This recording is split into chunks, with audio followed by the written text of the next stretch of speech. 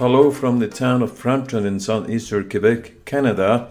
I'm Omar Diaz from Omar Global Media and delighted to speak with Diana Albrecht, a former ballet dancer now based in Florida, United States. Diana, do we carry on in Spanish or English? Up to you. Sometimes I forget some words in Spanish, but I don't know, whatever. What does the weather look like in Florida right now? It is a beautiful day. I think it's in the 80s. We don't really get much fall weather here. Just the temperature, the humidity drops a little bit, and it looks great. How far you are from the beach? 30 minutes driving. Yeah, okay. So, and how far you are from the beach by bicycle? Bicycle? No, it's impossible. I mean, not impossible, but it will take a while. You are somewhere in Florida, but where exactly, if that's possible? Tampa, Florida. Oh, Tampa. Okay. Yeah, we're on the Gulf side. I born in the south of Paraguay in Misiones department. And yourself, you born where? In Asunción? I was born in Asunción, yeah. The access to social media, especially TikTok, accelerate people's creativity in producing content. I see that you are pretty active over there. Do you have a TikTok? I do, but I just started making reels and kind of trying my style. I'm not sure yet. I stopped dancing 2 years ago professionally. I danced for 30 years of my life, so I decided to do something else, and I stopped dancing professionally.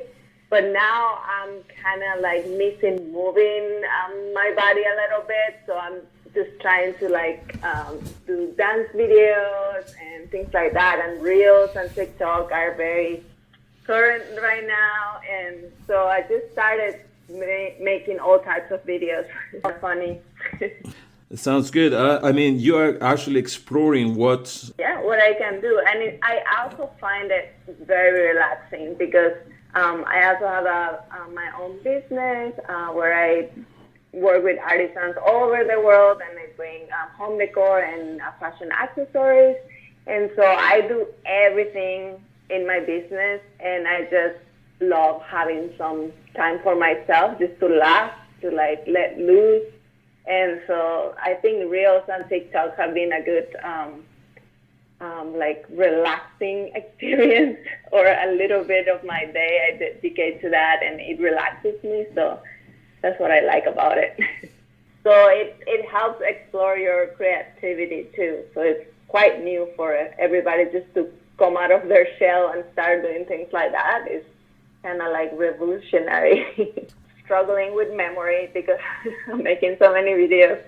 But I have my tablet that I use for work to do design my own pillows and products. And then I have my computer that I run my business, and my phone that I do all the videos. Tell us a little bit about your American adventure. So the first time I came to the U.S. was when I was 18 for a competition, for a dance competition, and it was to New York. And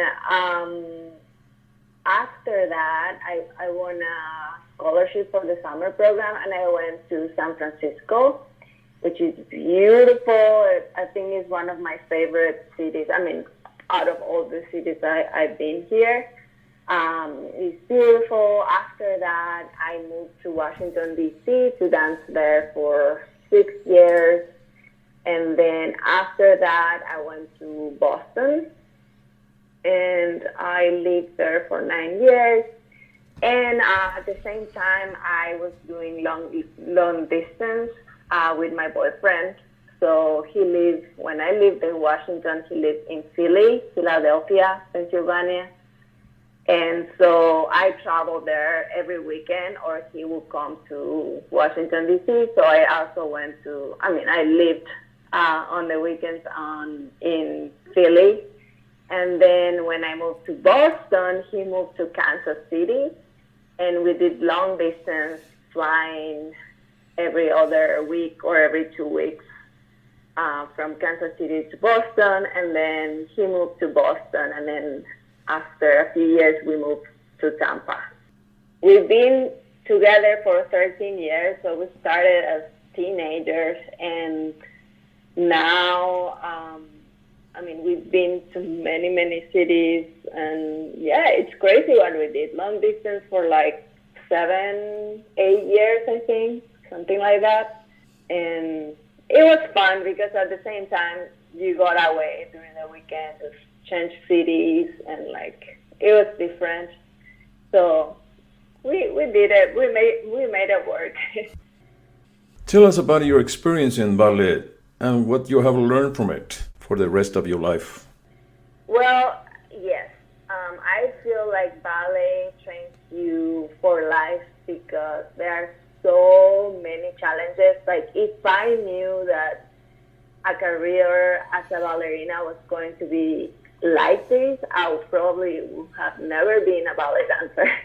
Especially here in the U.S., it's very competitive. I am like a very nice person. I feel like I'm a nice person. But you have to kind of learn to defend yourself. Like in my case, like many dancers come from all over the world at a very young age. We're very, we have no idea. We never worked before.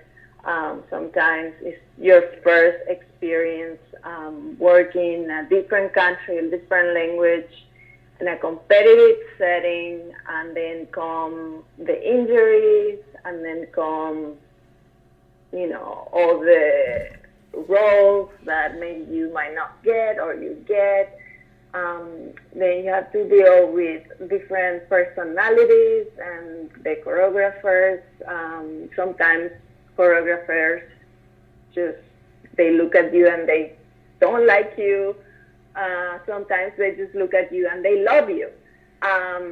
So it's very up in the air of like how things can go in your career. So you have to know how to adapt to the circumstances, how to maintain your body healthy, how to train your body so you don't get injured so much, and how to deal with like all the emotions that go through performing pieces and being extremely tired, working with your body nonstop from 8 to, sometimes performances end at 10 p.m. So it is a very, you put a lot of sacrifice into this, and I think people don't know what exactly a ballet dancer world is, and that's why I say it just prepares you for life, because you see so much and you recover from so much that I feel like after you leave ballet, you're not afraid of anything.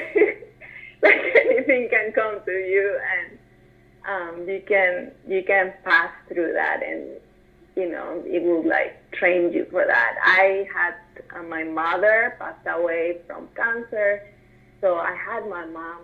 She was sick for half of my time, if not all my time in Boston. I was studying in Boston as well. I started the university that I was studying from since I lived from when I left the ballet, that it was around 7 to 11 p.m. trying to do my papers and training in the morning. I had my mom sick at home. There was a lot happening, and then I got injured. There's just so much that goes into it, but you still have to put a smile on stage. You still have to look pretty and perfect, and that just feel like nothing has happened and that you're the happiest person on earth. So, I feel like ballet really prepares you for anything. There are so many lessons that you learn from being in such a competitive world. One of them is just to maintain your focus, and you sometimes can get into the drama, into like who gets the role, who doesn't, who like this choreographer likes this person, doesn't like it for no reason. Like I feel like you just have to focus on yourself, on better, making yourself better every day. That's why I was talking about enjoying the small victories every day as well, because if you get distracted into what is happening around you, you're not gonna make it. So it is very important just to keep grounded, focus on your work, on yourself, and investing on yourself too, because after ballet, there are opportunities that can come from ballet, but you also have to be ready for, if you get injured and you can't work with your body after ballet, for example, you have to have a plan B, and you have to love it, because if you don't love it, it's going to become a suffering, and you're not going to, you're going to be unhappy. You do it because you have that adrenaline from the stage. You do it because you, in my personal case, is, like surprising myself, being like, okay, oh my God, I'm here. I got into this company. Oh, I got promoted. I got this role. I can do this step now. 5 years, I couldn't do it. Things like that, like just make you, inspire, motivated.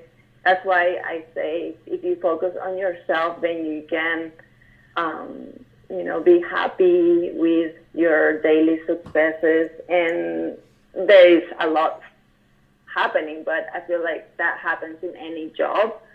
You have your good things and your bad things as well. Perfect. Thank you very much. All right. Thank you so much for contacting me, Omar, and wish you the best always. Thank you. Bye-bye. You too. Bye-bye. Thank you. Listen to this and other podcasts on Omar Global Radio, omarglobal.com. From Quebec, Canada, Omar Diaz reported.